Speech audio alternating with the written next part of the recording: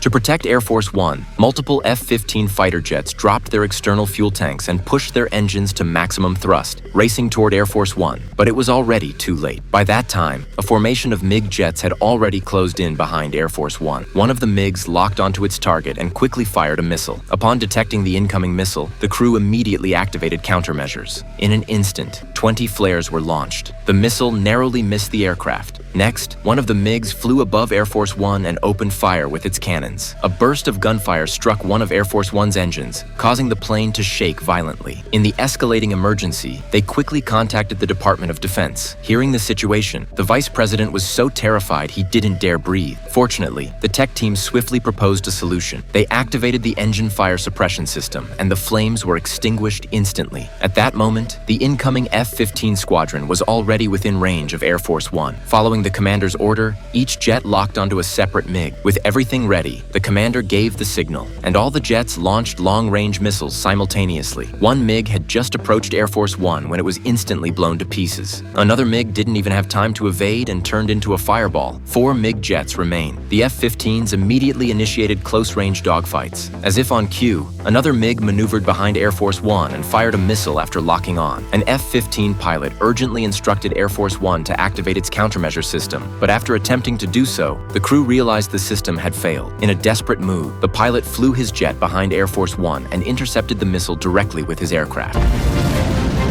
The explosion's shrapnel instantly tore through the jet's tail fin, but Air Force One remained barely operable. Meanwhile, the MiG that had launched the missile sensed danger and attempted to flee. The F-15 pilot caught on quickly, flying right behind the MiG and firing a missile that sent it to its grave. The remaining 3 MiGs had already escaped. For now, everyone's hearts could finally rest easy. But not long after, the US president was informed that the aircraft's rudder had stopped responding. F-15 pilots flew up beside Air Force One to investigate and discovered the tail fin had suffered major damage, and the plane was leaking fuel. A safe landing was impossible. Now what could they do? Just then, a general noticed that an air assault unit was flying not far from Air Force One, and he suddenly had a bold idea.